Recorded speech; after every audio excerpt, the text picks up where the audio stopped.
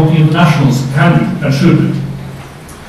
I think it's interesting to note that the Castro regime itself is now showing increased signs of stress and confusion. In June, the Cuban foreign minister embarrassed himself totally, and no less his regime, at the United Nations by first inviting the UN Special Rapporteur on Torture, Manfred Novak, to visit Cuba, and then resorting to a continuous delay of invitations until de facto cancelling the visits. So the fact that Cuba has signed the Covenant on Civil and Political Rights have not led to any change in behavior. So what could and should be done by the political international? I think there are a number of things, and a number of them have also been pointed out by my colleague. But for the discussion, perhaps let me focus on 9 points, which I think might be of interest. I will not elaborate on each one because that will not be possible, but I will be happy to do so if there is time in the discussion. To where there could be common ground as to how we could contribute to the strengthening of Cuba's democratic development.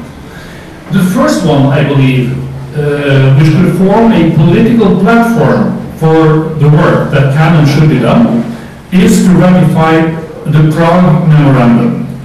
It is, in my view, the most consistent and coherent document to date with regards to an international strategy for Cuba. And the advantage of the Prague Memorandum is that it is drafted by participants, including representatives from all ranges of the ideological spectrum, among them social democrats, Christian Democrats, liberals, and conservatives. In the International Committee for Democracy in Cuba, you have Aldo Albright, you have Havel, you have Mark Lahr, and you have a number of others who are freedom fighters from various backgrounds, but they represent from socialists to conservatives, Christian Democrats, and liberals. And they underline what we should focus on creating networks of non-government organizations that have expressed solidarity with democracy in Cuba, creation networks of parliamentarians in support of democracy in Cuba, creation of a president task force on this, and the International Commission of Experts that could pool resources from the transition experiences in Europe and Latin America on democracy. I think these are points in the Prague Memorandum which should be possible to agree upon, and it should be extremely difficult for the Socialists and National not to agree upon the points if they put forward to them. Secondly, I think it's necessary for the internationals to jointly support the European common position on Cuba, to recognize that the latest developments in Cuba has come because of strong international pressure, which has pushed the regime to do the minimum of what is not necessary, and there is not a reason for changing of the position. 3, to find ways to provide training and educational programs for young dissident leaders in Cuba. There are ways, and should be ways, of having possibilities for organizing that, and with democracy means that foundations and others can be available. It should be possibilities to pursue that as one area of concrete work. 4, I understand some of you have already done that, but sponsor and adopt Cuban political prisoners from across the ideological spectrum would be something one should focus upon. 5, to have international work with the Latin American partners in order to increase their participation and support for Cuban pro-democracy activists. Latin America, I think, is crucial in this process, with different backgrounds, different tendencies, but many of them have also had transitions from authoritarian rule, which could be very helpful.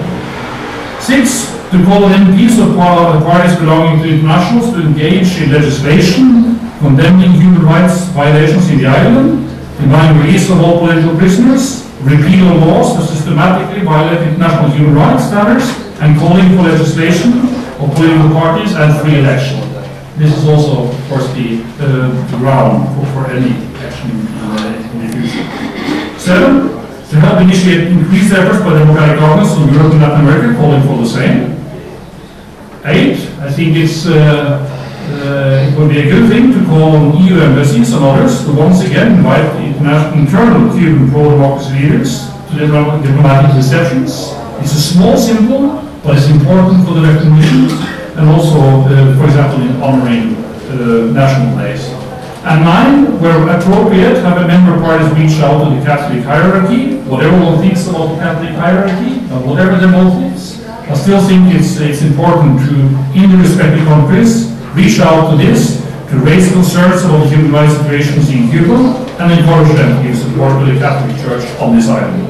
Now, these are some of the points that I think are important, and that from the IU standpoint, we think it would be interesting to discuss further. I would be happy to expand on them if you wish during the deliberations here. So, without taking the rest of the time, thank you for the attention so far. Thank you very much.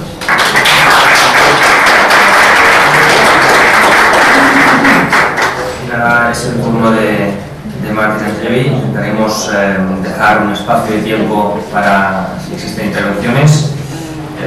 Martín estudió Ciencias Políticas y Sociología en la Universidad de Lund, Suecia, y en la Universidad de Conferencia de Madrid. Trabajó durante 8 años para Internacional Idea, Instituto para la Democracia y la Asistencia Electoral, en 2 proyectos sobre Oriente Medio y ex Yugoslavia. Para IDEA también fue el coautor de 2 libros sobre diálogo político. Después de 3 años trabajando en políticas de integración en las provincias de Estocolmo, en octubre del 2009 se convirtió en secretario general del Swedish International Liberal Center, entidad sueca coordinadora de esta jornada. También ocupa diversos cargos dentro del Folkpartiet Liberal, el Partido Liberal de Suecia.